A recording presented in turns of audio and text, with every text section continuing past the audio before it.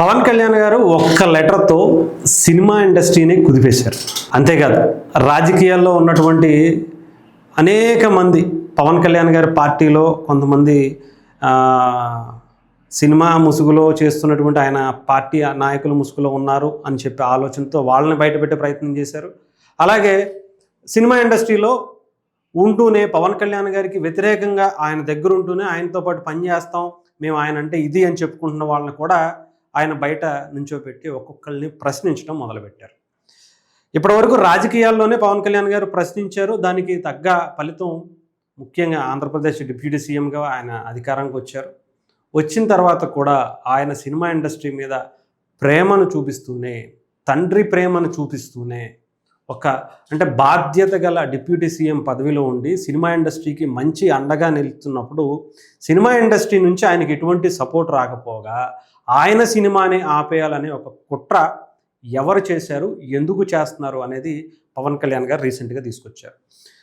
అయితే రీసెంట్గా మనందరికీ తెలుసు, ముఖ్యంగా హరిహర వీరమల్లు సినిమాకి సంబంధించి డిస్ట్రిబ్యూటర్లు ఎగ్జిబ్యూటర్ల గురించి ఈ బంద్ అనే అంశాన్ని ఎవరు తీసుకొచ్చారు అని దిల్ రాజు గారు వచ్చి, అల్లు అరవింద్ గారు వచ్చి నేను ఆ నలుగురిలో లేను అని చెప్పుకొచ్చారు. తర్వాత దిల్ రాజు గారు నెక్స్ట్ ప్రెస్ మీట్ పెట్టి ఆయన నేను కూడా ఆ నలుగురిలో లేను, నా దగ్గర ఉన్నది 15 థియేటర్లే, 15-20 థియేటర్లో ఉన్నాయి, అసలు కర్మాక్రియ అంతా తూర్పుగోదావరి జిల్లా నుంచి మొదలైంది, అక్కడ రీసెంట్గా ఆయన ప్రెస్ మీట్ పెట్టి మాట్లాడారు అని ఒక జనసేన పార్టీకి సంబంధించిన డిస్ట్రిబ్యూటర్తో ఆయన పేరు చెప్పి ఉండొచ్చు, చెప్పకపోయి ఉండొచ్చు, ఇండైరెక్ట్గా అయితే చెప్పేశారు, సత్యనారాయణ గారు. ఈయన కూడా మళ్ళీ ప్రెస్ మీట్ పెట్టి వెంటనే పవన్ కళ్యాణ్ గారు కూడా దీనికి మధ్యలో ఎప్పుడైతే దిల్ రాజు గారు ఆ పేరు అనౌన్స్ చేశారో ఆయనని పార్టీ నుంచి సస్పెండ్ చేయలేదు కానీ దూరంగా ఉండమని, మీ మీద వచ్చినటువంటి ఆరోపణలకు మీరే దాని మీద మొత్తం అన్ని క్లియర్ చేసుకుని అప్పుడు పార్టీ కార్యక్రమాలకు మీరు రావాలి, అప్పటిదాకా మీరు సస్పెండ్లో ఉంటారు అని చెప్పడం జరిగింది. దానికి సంబంధించి ఆయన మళ్ళీ ప్రెస్ మీట్ పెట్టి దిల్ రాజు తమ్ముడు శిరీష్ రెడ్డే దీని అంతటికీ కారణం, సునీల్, ఆ నలుగురు వీళ్లే అని చెప్పి ఆయన పేర్లతో సహా చెప్పినటువంటి పరిస్థితి. దిల్ రాజు గారు, ఆయన తమ్ముడు శిరీష్ రెడ్డి, సురేష్ బాబు, ఏషియన్కి సంబంధించినటువంటి సునీల్ గారు, వీళ్ళ నలుగురే ఉన్నారు, వీళ్ళ నలుగురే థియేటర్లు బంద్ చేయమని చెప్పారు. ముఖ్యంగా శిరీష్ రెడ్డే, దిల్ రాజు తమ్ముడు శిరీష్ రెడ్డే జూన్ 1వ తారీఖు నుంచి బంద్ చేయాల్సిందే అని చెప్పి తొడగొట్టి మరీ చెప్పారు అని చెప్పారు. వాళ్ళ తమ్ముడిని వెనకేసుకురావడం, వాళ్ళ తమ్ముడిని కాపాడడం కోసం నా పేరుని, నా రాజకీయ భవిష్యత్తుని దెబ్బ కొట్టాలనే ప్రయత్నం దిల్ రాజు గారు చేశారని ఆయన చెప్పడం జరిగింది. రాజమండ్రి సిటీకి సంబంధించినటువంటి జనసేన అధ్యక్షుడిగా ఉన్నారు ఆయన సత్యనారాయణ గారు. ఇకపోతే ఒక్క దెబ్బకి పవన్ కళ్యాణ్ గారి లెటరు ఎన్ని మార్పులు చేసిందో చూడండి. ఇకపోతే ఇదంతా పక్కన పెడితే వైఎస్ఆర్సీపీకి సంబంధించినటువంటి నాయకులు వస్తున్నారు. మేము ఇదే కదా ఇంతకు ముందు నుంచి కోరుకుంది అని. మీరు కోరుకుంది కక్ష సాధింపు, హీరోలు మీకు సపోర్ట్ చేయలేదని వాళ్ళ మీద అక్కసు, వాళ్ళ మీద కక్షపూరితంగా వాళ్ళ సినిమాలు ఆపేయటం, వాళ్ళ సినిమాల్ని సంబంధించినటువంటి టికెట్లు కొన్ని లక్షల కోట్ల రూపాయలు పెట్టి, 100 కోట్లు 1000 కోట్ల రూపాయలు పెట్టి సినిమాలు తీస్తే ఆ సినిమాని దేశంలోనే కాదు ప్రపంచంలో ఎక్కడా లేనటువంటి రేట్లు తగ్గించేసి 5 రూపాయలు 10 రూపాయలకి రేట్లు, అంటే పాప్కార్న్ ఏమో 500 రూపాయలు పెట్టి కొంటాడు థియేటర్లోకి వెళ్ళి, 5 రూపాయలు పెట్టి మాత్రం టికెట్ కొని సినిమా చూడాలి అనేది గత ప్రభుత్వ వైఖరి. ఇది పవన్ కళ్యాణ్ గారు వచ్చిన తర్వాత ఒక కమిటీగా, ఆయనకి సినిమా ఇండస్ట్రీ నుంచి వచ్చినటువంటి వ్యక్తి కాబట్టి పూర్తి అవగాహన ఉంటుంది, ఎక్కడ ఎందుకు ఏది ఎక్కువ రేటు అవుతుంది, ఏది తక్కువ అవుతుంది ఏంటి అనేది ఆయనకు తెలిసినటువంటి వ్యక్తిగా ఆయన మళ్ళీ ఇంకొక కమిటీ వేసి థియేటర్లన్నీ కూడా ముందు పాప్కార్న్ కావచ్చు, కూల్ డ్రింక్స్ కావచ్చు, అక్కడ ఉండేటువంటి తినుబండారాలు, వాటర్ బాటిళ్ళు, ఇవన్నీ కూడా ఒక వాటర్ బాటిల్ ఒక మల్టీప్లెక్స్కి వెళ్ళి కొనాలంటే మినిమం 100 రూపాయలు, మినిమం రేటు 100 రూపాయలు, అంటే 20 రూపాయలు అమ్మాల్సినటువంటి బాటిల్ని 100 రూపాయలకి అమ్ముతున్నారు. 50 రూపాయలు లేదా 100 రూపాయలకి అమ్మాల్సినటువంటి పాప్కార్న్ని 500 రూపాయలకి అమ్ముతున్నారు. ఇది నిజమో కాదో ఏ ప్రేక్షకుడిని అడిగినా చెప్తారు, ఇంక్లూడింగ్ నేను కూడా. నా పిల్లల్ని తీసుకుని, కుటుంబాన్ని తీసుకుని ఒక సినిమాకి వెళ్ళాలంటే సినిమా టికెట్ ఒక 1000 రూపాయలు నలుగురికి అయిపోద్దేమో, కానీ తినుబండాలు అక్కడ ఏమన్నా తినాలి అంటే ఇంకొక 1000-1500 పెట్టుకోవాల్సిందే. అంత దారుణమైనటువంటి పరిస్థితి.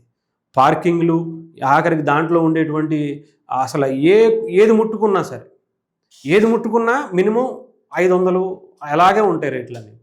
వీటిని తగ్గించండి. ప్రేక్షకుల్ని సినిమా థియేటర్కి వచ్చి సినిమా చూసే విధంగా చేయాలి అంటే తినుబండారాలు వాళ్ళొచ్చి ప్రశాంతంగా ఒక 2 గంటల పాటు సినిమా చూస్తూ కాసేపు పాప్కార్న్ ఈ పాప్కార్న్ సినిమా చూస్తూ ఉండాలి అంటే ఇవి తగ్గించండి. సినిమా రేట్లు అనేవి మరీ భారీ రేట్లు అయితే ఏమీ కాదు. మీరు అనుకుంటున్నట్టుగా ఇతర దేశాలు, ఇతర రాష్ట్రాలతో పోల్చుకుంటే ఆంధ్రప్రదేశ్, తెలంగాణలో తక్కువగానే ఉన్నాయని అనుకోవాలి.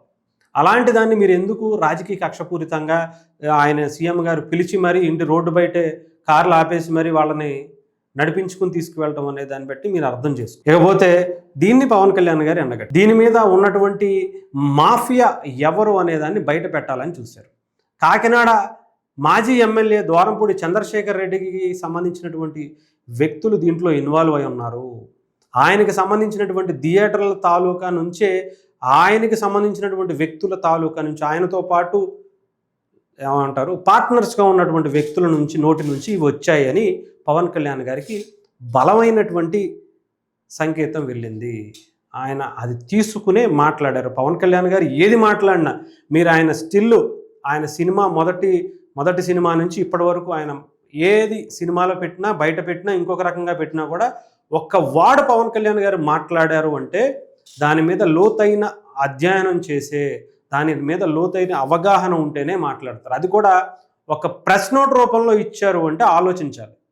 ఎన్ని రకాలుగా దాని మీద పూర్తి స్థాయిలో అంటే 360 డిగ్రీస్లో ఆయన ఇన్వెస్టిగేషన్ చేసి అన్ని రిపోర్ట్స్ తెచ్చుకుని కానీ దాని మీద మాట్లాడరు. అలాంటి వ్యక్తి పవన్ కళ్యాణ్ గారు.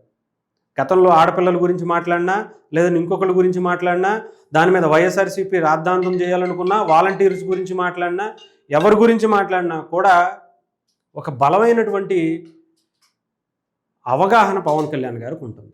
సో ఇది ఎక్కడి వరకు వెళ్తుంది ఏంటి అనేది తెలియదుగా, నిజంగా చెప్తున్నాను కదా, మొత్తం సినిమా ఇండస్ట్రీలో ఉన్నటువంటి అందరినీ ఏకం చేసేటువంటి పనిని పవన్ కళ్యాణ్ గారు ఇప్పుడు మొదలుపెట్టారు.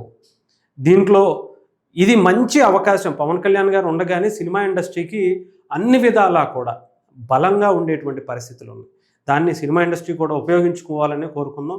ఇంకా అంటే ఈ పక్కన ఉన్నటువంటి తమిళనాడుని చూసో లేదంటే కేరళని చూసో మనం ఇంకా బుద్ధి తెచ్చుకోకపోతే ఎలాగా?